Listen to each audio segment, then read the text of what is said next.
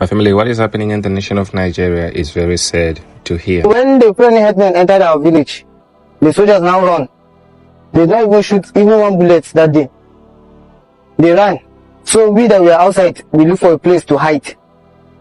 So after everything has been done, in the morning on Sunday, we went into the area to see what has been destroyed and what has been left. After which we saw dead bodies in the area.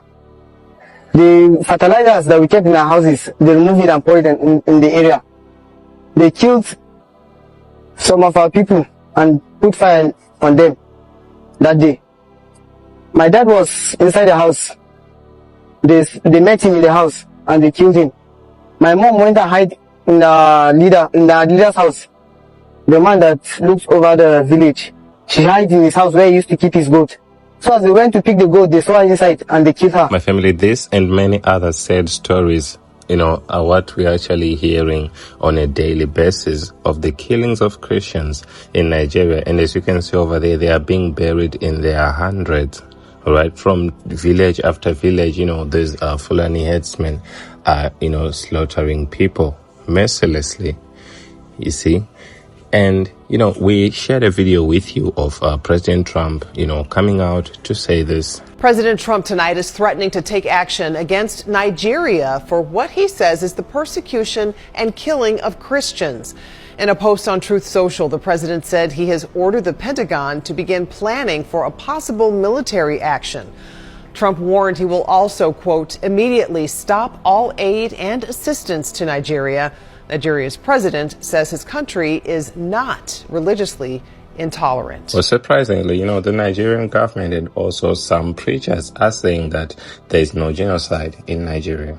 Just coming out from the General Security Appraiser Committee meeting, though this is a very special one, it's something we do periodically, but this was specifically convened because of the current development where Nigeria is being accused of persecuting Christians.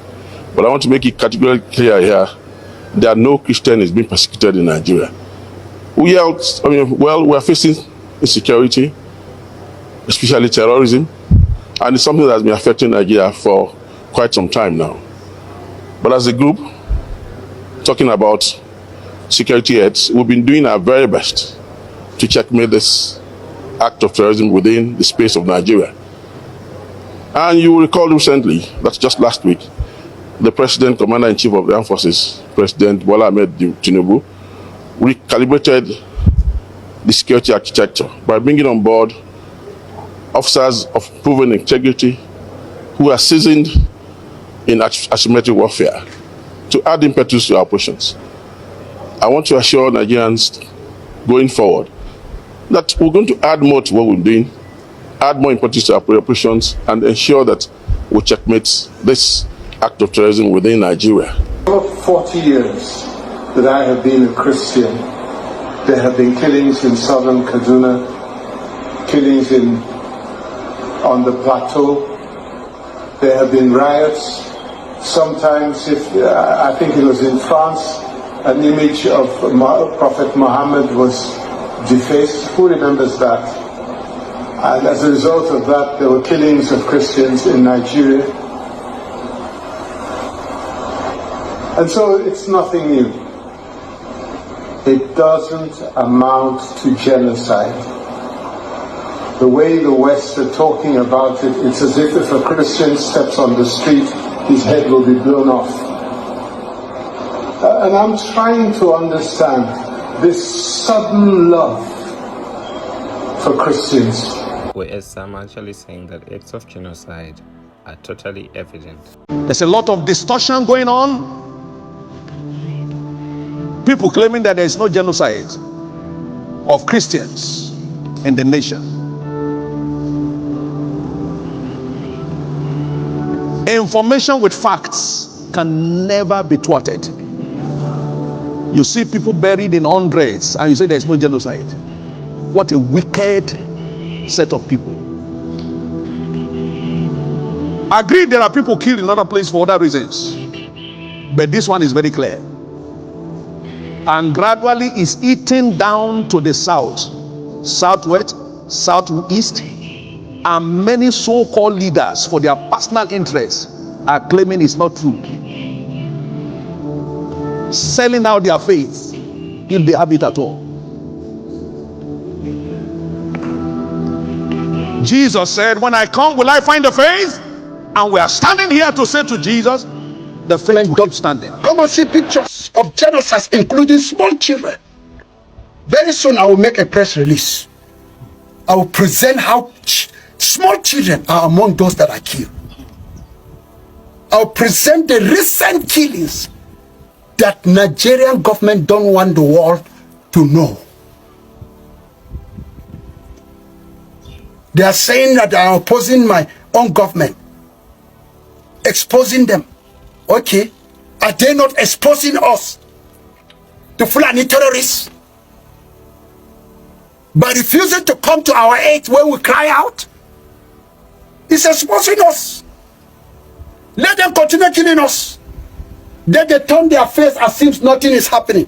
They come out, Reno Cree, or what is that his name? He came out and said there is no genocide like that in Nigeria. That man, I've caused him already. And, I've been hearing a lot of people saying, where are the great servants of God? Why is it that they are not talking about this? Well, over the years, they've been warning the people to vote wisely, saying that, tough times are coming if they vote for the wrong person. I saw one of the candidates, and it was not himself. I saw him mocking, and then he was ready to persecute Christians. Persecute Christians. It's very clear that when the wicked rule, the people mourn. I shouted this in 2015. I'm not a propagandist. I'm not a public speaker. I'm not an activist. I'm a prophet. You blindly went in and brought this wicked government. Nigeria has never suffered evil like this in our history. And they still want to rule? Never. Mapatu seke, ekoto prekedo, sheshikarata tako. Maybe I can. Well, let me stop there for them this morning. But I know the God I serve, and I know the church is his beloved. A true prophet will tell you what God says. And what God says many a times is not always what you want to hear. As far as Nigeria is concerned, my beloved children,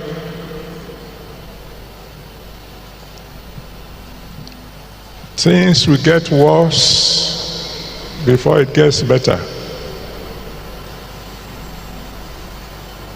Mark my word. That's what Daddy says. We're already complaining that things are hot, huh? The good news is the wind is already blowing. But it's going to get a bit hotter before it begins to cool down. That's what Daddy told me. Oh, that's not what I want to tell you. That's not what I would love to hear. But that's what he said. So my family, we cannot say that people have not been prophesying. They have been telling us of, tough times that are gonna come to Nigeria, And recently I haven't actually seen a video where there is a father, of faith, like that is a prominent senior ministers in Nigeria coming out to condemn this. I believe I've seen one or two, but they've been doing the speaking over the years. They've been talking about this, condemning this, praying against this. We have shared videos with you about, what Bishop David Oyedepo has been saying over the years.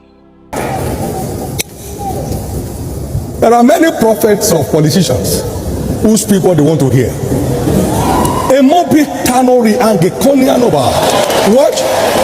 I have been very silent.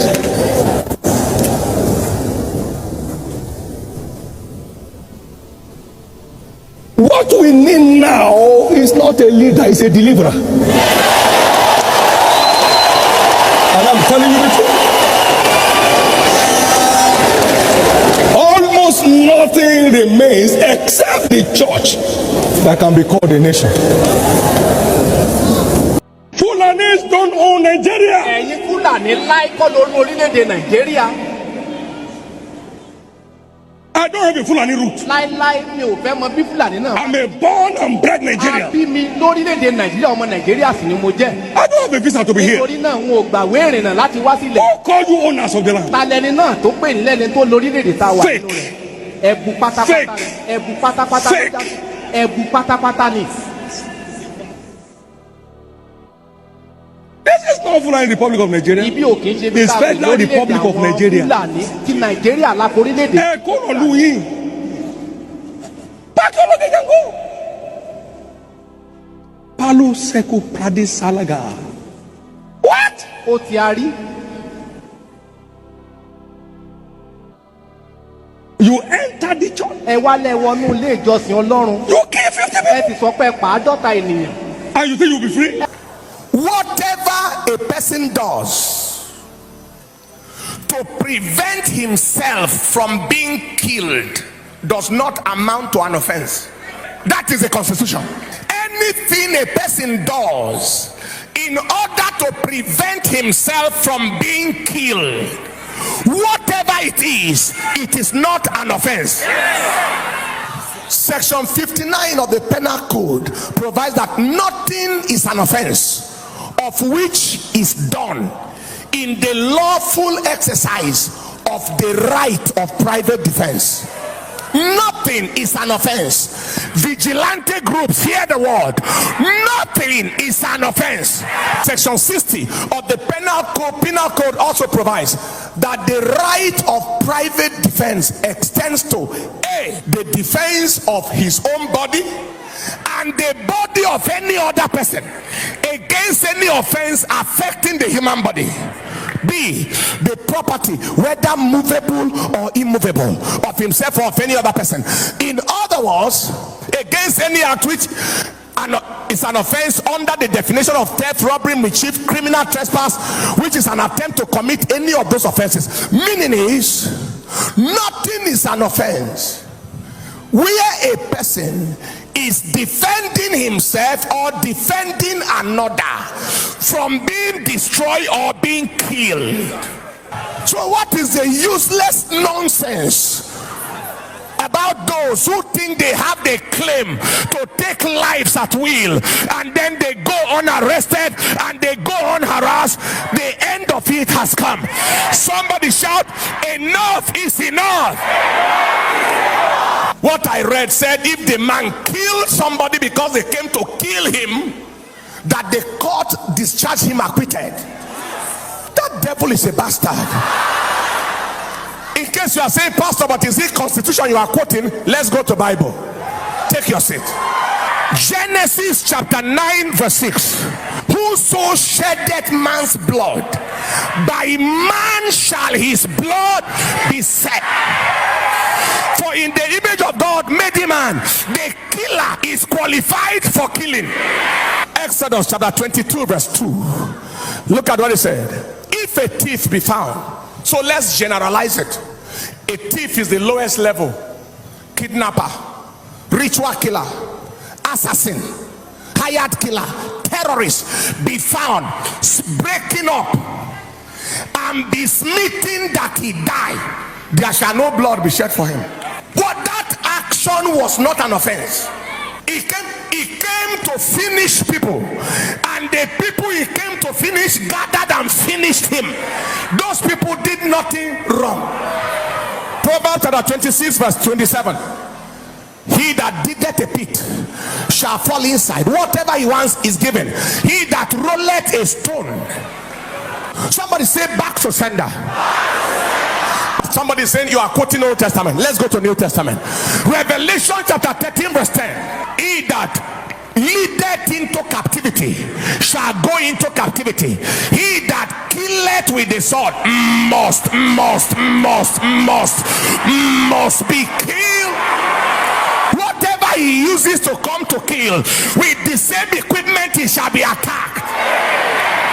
Now see what the penal code said. It said the person is not only meant to defend himself, but any other person around. And you want to watch them waste your wife and children. They went into one house, they pulled out everybody, ripped women woman's pregnancy opened, plucked out the eye of a little boy, and left him alive with the two eyes plucked out. Somebody say, enough is enough. Say, enough is enough. Did Jesus have anything to say about self-defense? Matthew chapter 26 verse 51.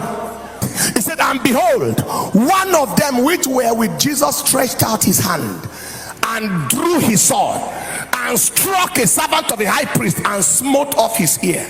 Can somebody be following Jesus with his sword? Then said Jesus unto him, throw away the sword. He didn't read it well.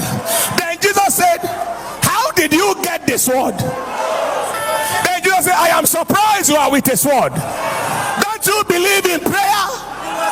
Anything people want is inside this Bible.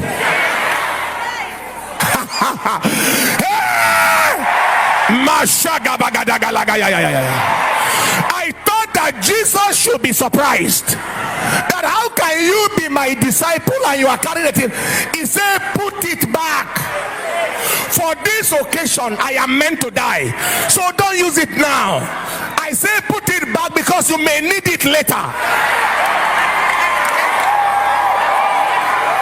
And I am not asking you to use it to attack people.